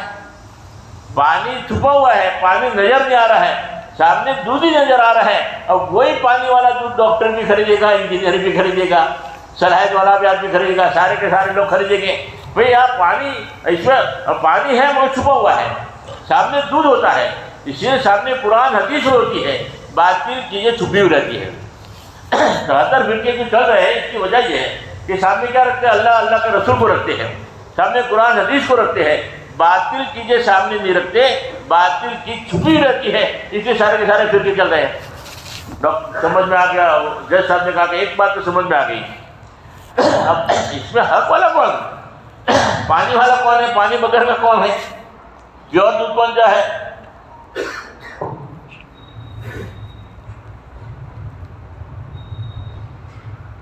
اب اس کا جواب دیا کہ آدم علیہ السلام سے لے کر حضور پاک صلی اللہ علیہ وسلم کے زمانے تک جتنے بھی انبیاء کرام علیہ السلام آئے سارے حق پر تھے نہ حق پر تھے؟ تو کہا سارے کے سارے حق پر تھے، کوئی نہ حق پر نہیں.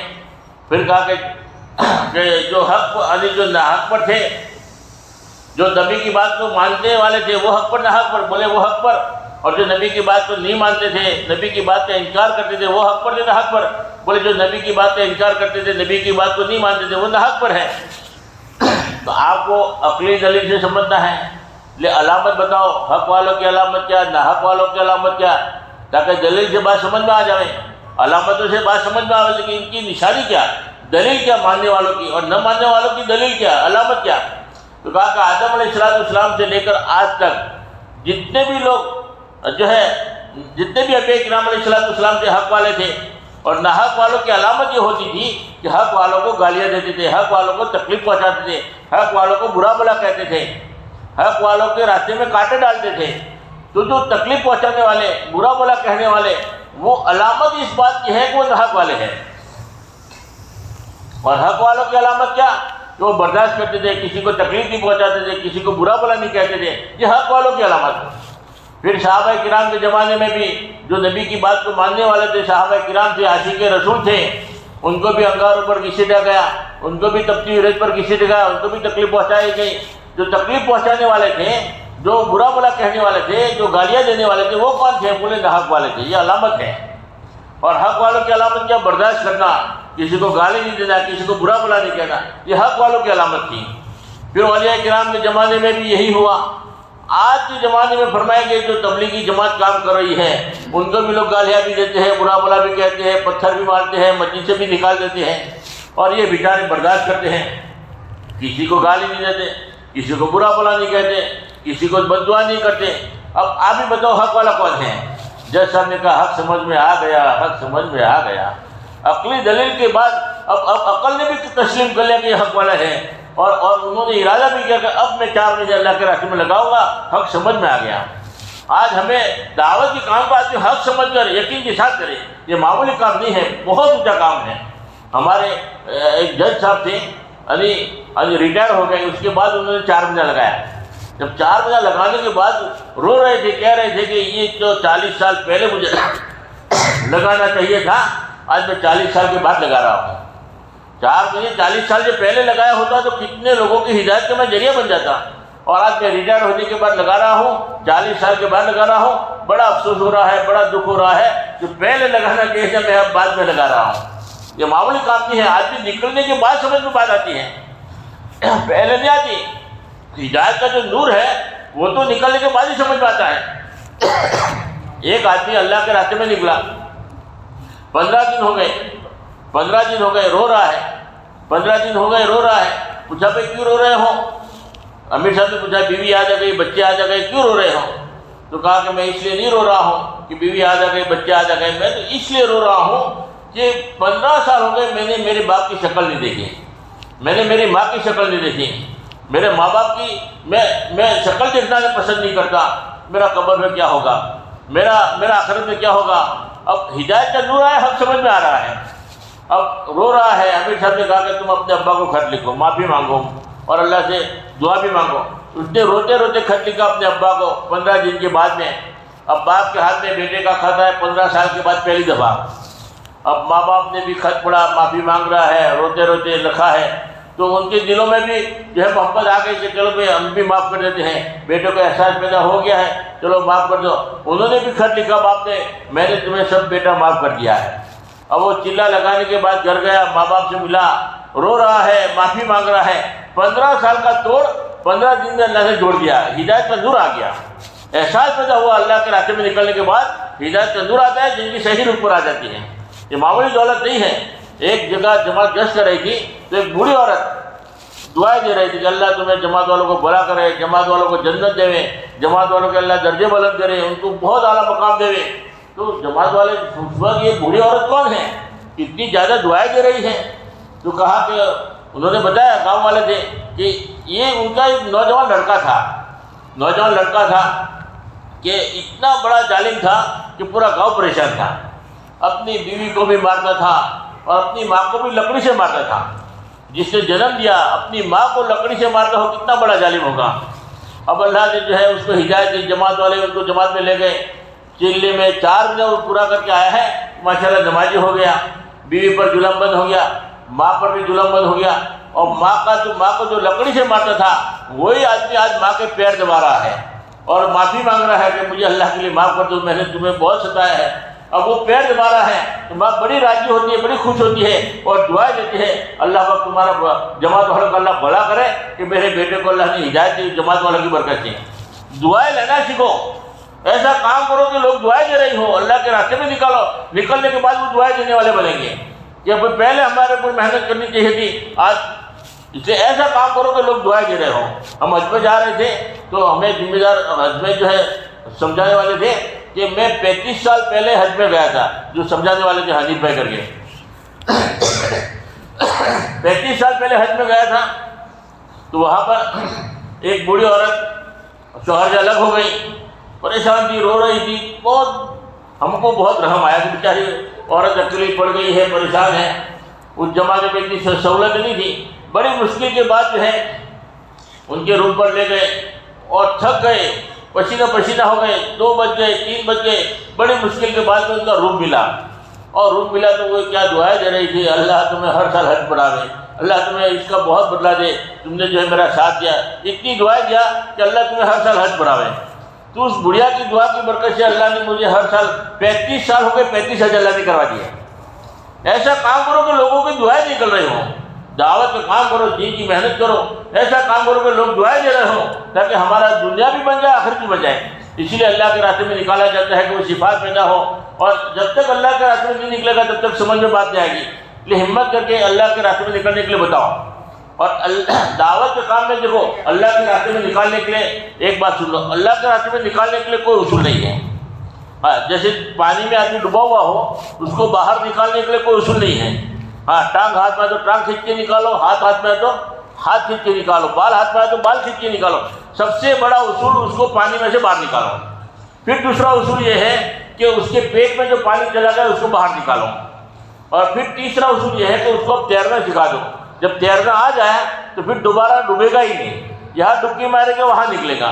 اسی طریقے سے ہم دنیا کی محبت میں ایسے ڈوبے ہوئے ہیں کہ بات سمجھ میں نہیں آ رہی، کاروبار کا نقصان ہو جائے گا، یہ ہو جائے گا، سمجھ میں ہی بات نہیں آ رہی۔ کسی بھی طریقے سے اللہ کے راستے میں نکالو، دنیا میں سے باہر نکالو، اور پھر جو دل میں دنیا کی محبت اتر گئی ہے اس کو باہر نکالو، اس سے کچھ نہیں ہوتا، اس سے کچھ نہیں ہوتا۔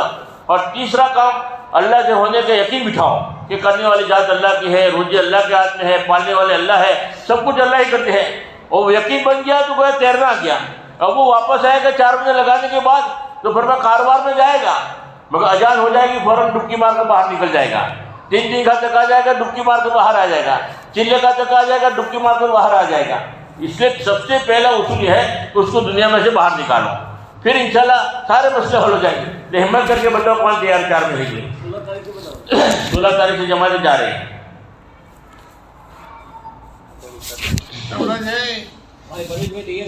پرویز بھائی یا اللہ کی جان میں مال میں خوب برکت عطا فرمائے۔ حاجی صاحب یا اللہ کی جان میں مال میں خوب برکت عطا فرمائے۔ 16 تاریخ سے انشاءاللہ۔ اللہ کیا نام اپنا؟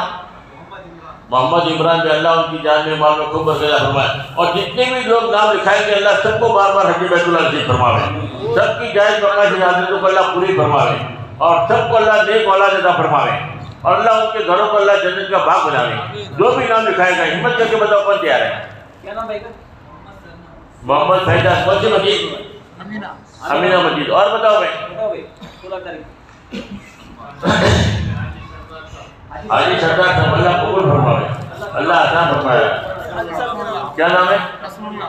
نصر اللہ بھائی، اللہ اللہ قبول فرمائے، اللہ آسان فرمائے۔ اور بتاؤ بولو، لکھو، خود لکھاؤ، خود بولو، خود کھڑے ہو، ہمت کر کے بتاؤ، آپس میں دوسرے کو پوچھو، کوئی بھی تیار ہو جائے گا انشاءاللہ۔ اللہ قبول فرمائے، اللہ عطا فرمائے، اللہ اللہ قبول فرمائے، اللہ ان کی جان میں مال میں خوب برکت عطا فرمائے، اللہ سب کو بار بار حج بیت اللہ نصیب فرمائے، سب کی جائز بقاش حاجتوں کو اللہ پوری کرے۔ جو بھی نام لکھا ہے اللہ ان کے گھر کو جنت کا باغ بناوے، ان کی اولادوں میں دائی اللہ پیدا فرمائے۔ سب کمپلیٹ ایڈریس پہ لکھ رہا تھا، اپنے وصولی میں آسان ہو جائے گا انشاءاللہ۔ مسجد کا نام بھی لکھا، بولو بھائی، اور بتاؤ، ہمت کر کے بتاؤ بھائی۔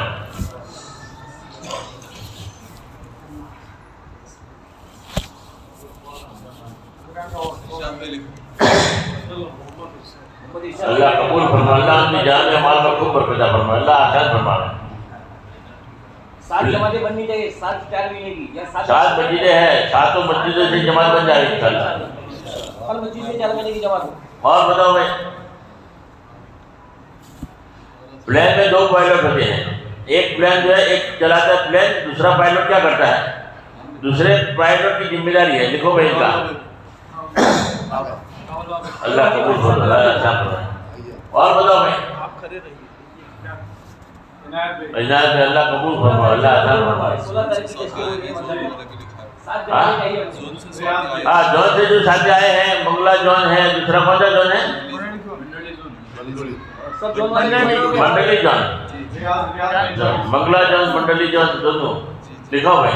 16 تاریخ سے ماشاءاللہ، جو بھی ساتھی آئے ہوں بتاؤ بھائی۔ مسجد سے لکھا ہو جماعت پہ، ہماری مسجد سے 4 مہینے کی جماعت جائے گی انشاءاللہ، اپنی مسجد سے لکھا ہو۔ 200 مکانی ہاں اتنے ساتھی نہیں آئے اس کے بارے میں اللہ عطا فرمائے۔ جو بھی نام لکھائے گا اللہ ان سب کو بار بار حج بیت اللہ نصیب فرمائے۔ سب کے لیے دعا ہے اللہ ان کے گھروں کو اللہ جنت کا باغ بناوے، ان کے اولادوں میں اللہ دین کے دائی پیدا فرمائے۔ جو بھی نام لکھائے گا سب کے لیے دعا ہے، ہمت کر کے لکھاؤ انشاءاللہ بڑا فائدہ۔ بات گھڑی ہوتی ہے، اللہ کام کر لیتے ہیں۔ اس کا باقی رہے گا آپ کے نام ابھی سب ساتھی کریں گے، بہت باقی ہے جی، سب کیا خود سے لکھا جی لکھو لکھو، بتاؤ دل میں بات آ رہی ہے وہ اللہ کی طرف سے ہوتی ہے۔ ہاں وہ آدمی لبے کہہ دیتا ہے، اللہ کام بتا دیتے ہیں، اور کہ جو بعد میں رکھائیں گے تو پھر شیطان کام کر جاتا ہے، وہ گھڑی چلی جاتی ہے۔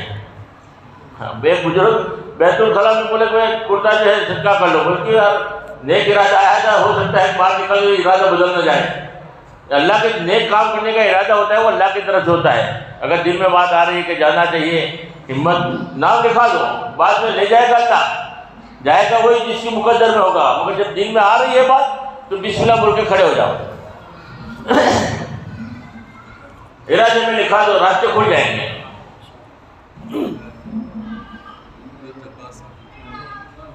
نام لکھا ہے، بولو اور کون دیا؟ عبد الجبار صاحب عبد الجبار صاحب اللہ قبول فرما، اللہ آسان فرما، ان کے لیے بھی یہی چیز دعا ہے اللہ کا قبول فرمانا. آمین. اور بولو. اچھا بھائی مستورات میں اشرے کہتے نہیں، اشرے کے جوڑے کون بھی ہو مستورات میں 10 تاریخ سے جا رہی ہے جماعت. اگر پڑھو نام لکھو 10 تاریخ سے جو جماعت جا رہی ہے اشرے چلنے والے ساتھی کون مکمل جماعت نہیں جا رہی. ٹھیک ہے ماشاء اللہ. اشرے. مستورات میں جو اشرے کے لیے جو تیار ہے لکھاؤ بھائی، اشرے میں لکھیے. لکھاؤ لکھو، کھڑے ہو کے لکھاؤ تاکہ مکمل جماعت ہو جائے، سامنے آ جائے. کیا بھائی اللہ ان کے لیے بھی یہی دعا قبول فرماوے. آمین آمین. پڑھو ماشاءاللہ. اللہ اللہ قبول فرماوے، اللہ آسان فرماوے. اگر کسی اور کو بھی ویکینڈ بنانا ہے تو وہ بھی کھڑے ہو کے نام لکھا سکتے ہیں. ایک کو تھوڑے خوب علاقے کے ساتھ بھی بتاؤ. بتاؤ کہ 10 دن کے لیے سونا سے ساتھی صربت بھی کر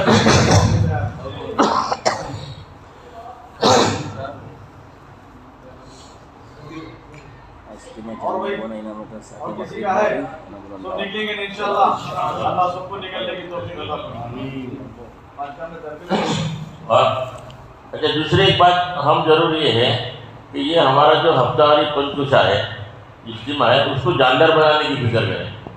جتنے جوان بھی 3 جوان ہیں ادھر بھی اور 7 مسجدیں ہیں اور مجمع دیکھو تو بہت کم ہیں. تو اس کے لیے کیا کرنا، ہر مسجد والے جو ہے فکر کرے، تشکیل کرے، پورا دن محنت کرے اور زیادہ سے زیادہ مجمع لے کر آئے. تو اس کے لیے نیت کرو کہ آئندہ مجمع میں کون ساتھی جو ہے 1 2 3 آدمی لے کر آئے گا. انشاءاللہ نیت کرو گے تو انشاءاللہ ڈبل ٹربل مجمع ہو جائے گا. اور جو بھی جس کو بھی لے کر آئے گا اللہ ان کے لیے بھی یہی 3 دعائیں قبول فرمائے. اللہ ان کو بھی بار بار حج بیت اللہ نصیب فرمائے. اللہ ان کے اولادوں میں دائی پیدا فرمائے. اللہ ان کے گھروں کو جنت کا باغ بنائے. تو کون کتنے ساتھی لے کر آئے گا جلدی جلدی خالی بتا دو کہ میں 5 لاؤں گا 4 لاؤں گا. ارادہ کر لو، اللہ پاک آسان کریں گے. تو کون کتنے لائے گا جلدی بول دو خالی فٹافٹ، پھر دعا کر لیتے ہیں. کتنے لاؤ گے؟ 5 ساتھی لائیں گے آپ اور 5 ماشاء اللہ. اور کون ساتھی لائے گا؟ 5 ماشاء اللہ. 5 اور کون ساتھی؟ 5 ماشاء اللہ. مجمع تو پھر بڑا ہو جائے گا انشاءاللہ. لاؤ گے انشاءاللہ. سب ساتھی ارادہ کرو کہ انشاءاللہ 2 5 ہم لے کر آئیں گے انشاءاللہ. یہ نیت کی ہے، اللہ کے گھر میں نیت کی ہے، کوشش پوری کرنا، اللہ پاک مدد کریں گے انشاءاللہ. تو کرو گے اللہ پاک ہم کہنے سننے زیادہ عمل کی توفیق عطا فرمائے. اللہم صلی اللہ سیدنا محمد وعلی آلہ سیدنا محمد وبارک وسلم. یا اللہ جتنا بھی مجمع یہاں دین کی سنت جڑا ہے بیٹھا ہے اللہ غیر سے بہترین عمل بدل عطا فرما. جو پریشان عالم کی پریشانی کو دور فرما، جو بیمار ان کو شفا کامل عاجل عطا فرما، جو بے روزگار ہے اس کی گیس سے روزی کا انتظام فرما. یا جو بے نکاح ہے اللہ ان کے گیس سے جوڑے کا انتظام فرما. یا اللہ جن کی اولاد نہیں ہے ان کو نیک اولاد عطا فرما. یا اللہ جن کی اولاد ان کو نیک فرما بردار بنا دے. یا اللہ جن کے ماں باپ حیات ان کی صحیح قدر کرنے کی خدمت کرنے کی توفیق عطا فرما. اللہ جن کے ماں باپ قبروں میں ہے ان کی اللہ بال بال مغفرت فرما، ان کی قبروں کو نور سے منور فرما. اللہ ان کی جنت الفردوس میں جگہ عطا فرما. یا اللہ یہاں سے نکل جماعت روانوں کی شکلیں پیدا فرما. ہر مسجد سے 4 مہینے کی جماعت نکلے سے شکلیں صورتیں پیدا فرما. ہر مسجد کی مسجدات جماعت کو مضبوط بنا دے. اخلاص کے ساتھ کام کرنے والے ساتھی پیدا فرما. اصولوں کے ساتھ کام کرنے والے ساتھی پیدا فرما. یا اللہ اصولوں کے ساتھ کام کرنے کی توفیق عطا فرما. حضور پاک صلی اللہ علیہ وسلم نے جتنی خیر اصلاح کی دعائیں مانگی ہیں ان میں ہمارا بھرپور عطا فرما. جن ضرور سے پناہ چاہے سب سے ہماری حفاظت فرما. ہماری دعا کو اپنے فضل و کرم سے قبول فرما. جزا اللہ عنہ محمد صلی اللہ علیہ وسلم. سبحان ربک رب العزۃ عما یصفون وسلام علی المرسلین والحمد للہ رب العالمین برحمتک یا ارحم الراحمین.